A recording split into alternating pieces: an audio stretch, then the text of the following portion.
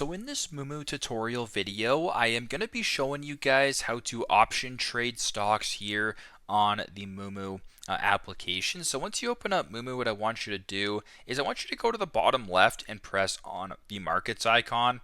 Once you're here, I want you to slide this top bar and press on options just like this. So once you're here, you can go ahead and select on a bunch of different options right here that you're looking for. So for example, if you wanted to, we'll just use Tesla for example. You can press on Tesla just like this and make sure that the options chart is selected. So you can also you can look at call options, you can look at put options, whatever the case may be. Now, for me, you have to press a strike price first. So if you wanted to get a put option, for example, we'll just press this one.